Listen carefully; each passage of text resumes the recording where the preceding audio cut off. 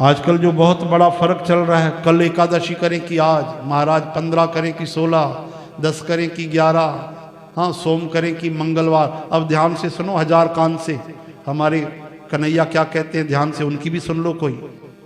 भगवान कहते हैं पहले दिन में और रात में भी एकादशी हो, पहले दिन में और रात में भी एकादशी हो, तथा दूसरे दिन केवल प्रातः काल एक दंड यानी कुछ ही समय एकादशी रहे, तो पहली तिथि का परित्याग करके दूसरे दिन की द्वादशी से भरी एकादशी का ही उपवास करना चाहिए।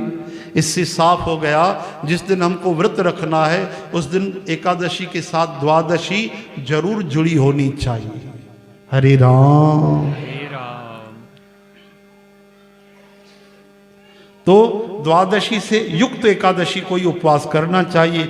ये विधि मैंने दोनों पक्षों के एकादशी के लिए बताई है, फिर कोई ये न कहे ये तो शुक्ल पक्ष, ये कृष्ण पक्ष, ये भी भगवान ने क्लियर कर दिया दोनों पक्षों के लिए।